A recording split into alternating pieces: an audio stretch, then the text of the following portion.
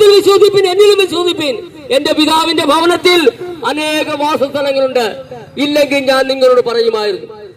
അപ്പൊ സ്വർഗത്തിൽ നമുക്ക് വേണ്ടി നമ്മളെ കൊണ്ടുപോയി വിശുദ്ധന്മാരായി ഇരുത്തുവാൻ, അവിടെ പിതാവായ ദൈവത്തെ കണ്ട് ആരാധിക്കുവാൻ, അവിടെ കോടാനുകോടി ദൂതന്മാരുടെ നടുവിൽ നിന്നുകൊണ്ട് നമ്മൾ പിതാവിനെ ആരാധിക്കുവാൻ ദൈവം നമുക്ക് വേണ്ടി ഒരുക്കിയ ഒരു സൗധമാണ് സ്വർഗരാജ്യം.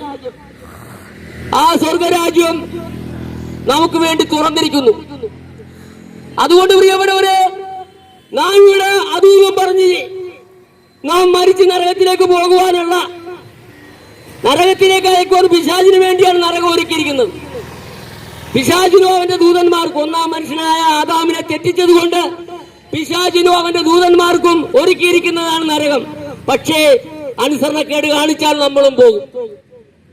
ദൈവത്തെ അനുസരിക്കാതെ വന്ന ആദാമിന് ദൈവത്തിന്റെ തേജസ് നഷ്ടമായെങ്കിൽ,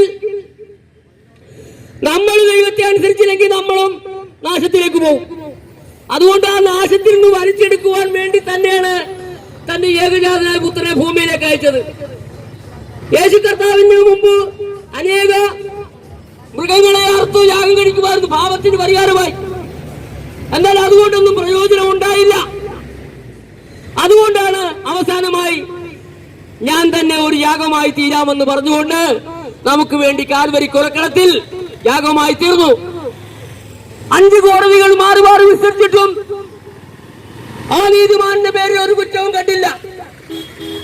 എന്തുകൊണ്ട് പിന്നെ മരിച്ചു? എന്തുകൊണ്ട് കുറിച്ചിത്തറച്ചു?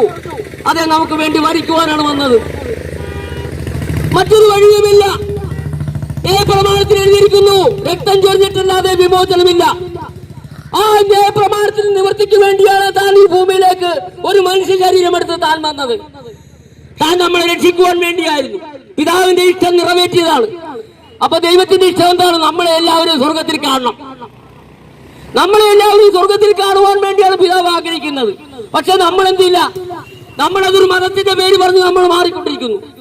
പ്രിയപ്പെട്ടവരെ, മതങ്ങളെല്ലാം ആശയങ്ങളാണ്. മതം മനുഷ്യനുണ്ടാക്കിയതാണ്. പക്ഷേ ദൈവം മനുഷ്യനെ മാത്രം സൃഷ്ടിച്ചോളും. മനുഷ്യരാണ് മതങ്ങൾ ഉണ്ടാക്കിയത്. രാമവർമ്മ കഴിഞ്ഞ കാലത്തൊരു പാട്ടെഴുതി. അച്ഛനും ബാപ്പയും എന്ന ചിത്രത്തിന് വേണ്ടി രാമവർമ്മ ഒരു പാട്ടെഴുതി, യേശുദാസ് പാടി. ആ പാട്ടിന് 2 വരി പാടുവാൻ എനിക്ക് ആഗ്രഹമുണ്ട്. മനുഷ്യൻ മതങ്ങളെ സൃഷ്ടിച്ചു, മതങ്ങൾ ദൈവങ്ങളെ സൃഷ്ടിച്ചു.